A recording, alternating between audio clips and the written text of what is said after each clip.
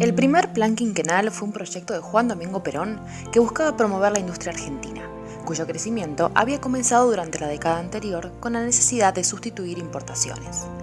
El objetivo de este primer plan era sentar las bases para hacer posible el desarrollo de la industria pesada y favorecer el crecimiento del mercado interno. La idea central era instaurar un Estado interventor. En educación, el lema era «Los únicos privilegiados son los niños». Por esto se democratizó la educación, brindando acceso a la misma a miles de niños que estaban excluidos y se reconoció la pobreza infantil como problema. Este reconocimiento fue posible a partir de la idea de justicia social.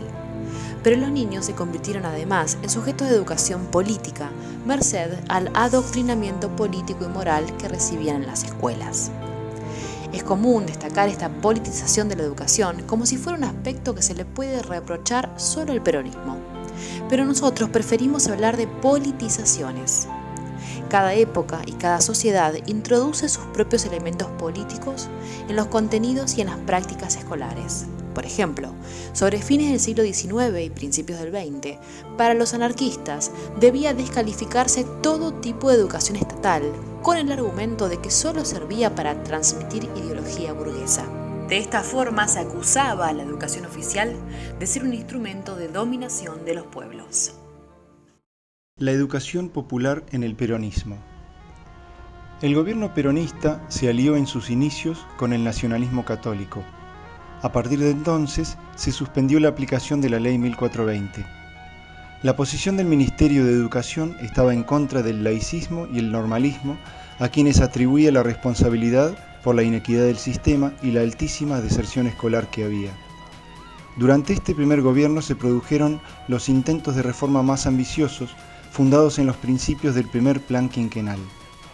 En el capítulo del mismo que estaba dedicado a la educación, se planteaba la búsqueda de una filosofía educacional que equilibrara materialismo e idealismo y que hiciera posible el principio de democratización de la enseñanza, entendida como un patrimonio al que todos debían poder acceder. El proyecto educativo peronista buscaba revitalizar la escuela dándole participación activa en la vida social. El factor considerado más eficiente para lograrlo era el trabajo, entendido integralmente y no solo como una forma de adiestramiento. Por eso se ponía énfasis en la actividad manual en paralelo con la intelectual.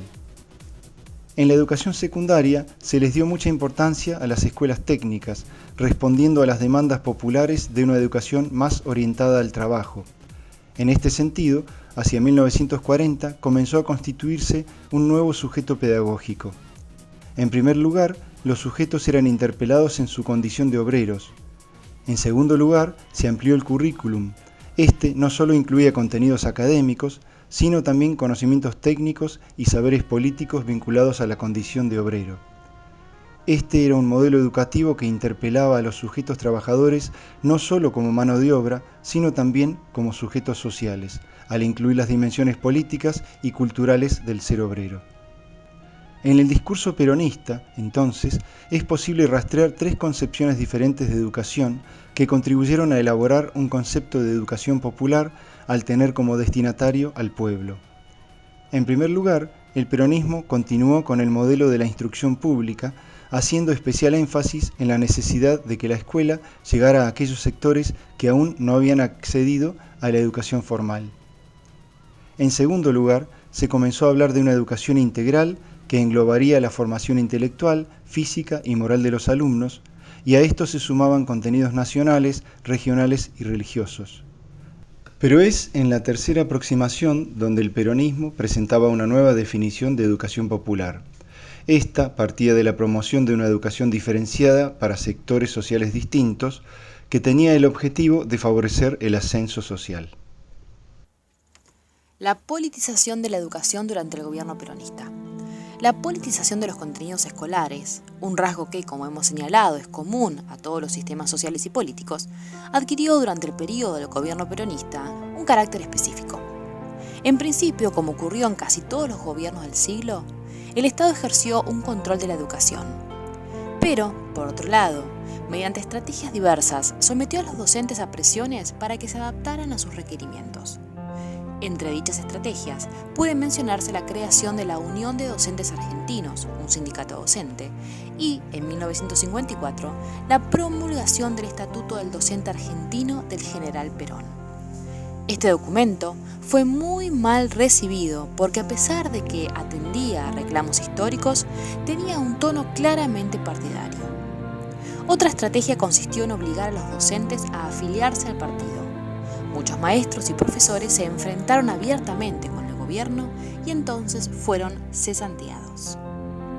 En segundo lugar, el adoctrinamiento político se presentó en las escuelas de una manera más cruda y evidente, mediante la introducción de contenidos directamente partidarios. En los libros de lectura aparecían textos en los que se hablaba de Perón y Evita, se elogiaban sus actos de gobierno, se hacía un encomio de sus personas y se los presentaba como figuras cuasi parentales o héroes del pueblo.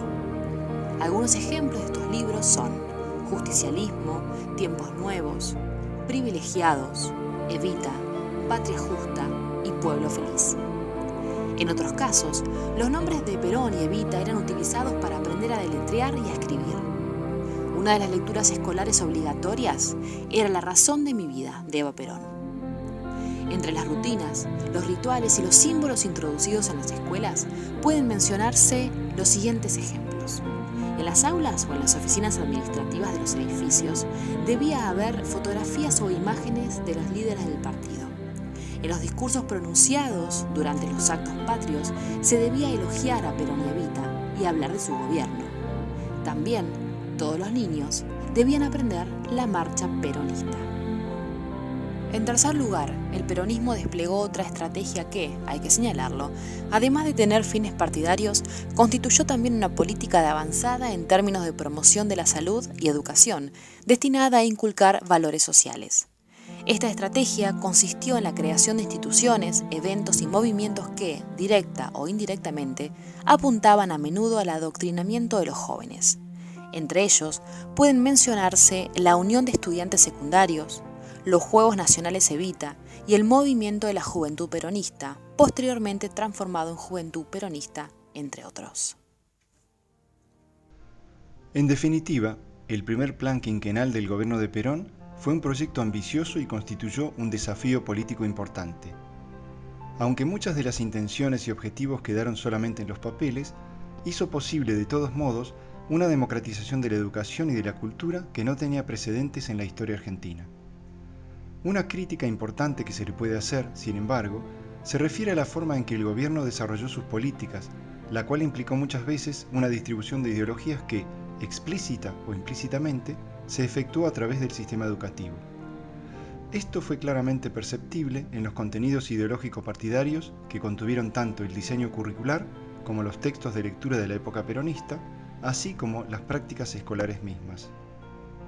Pero también es importante señalar que, aunque suele ponerse en evidencia esta situación solo cuando se habla del peronismo, el conjunto de los gobiernos del período utilizó al sistema educativo para difundir o imponer sus concepciones políticas.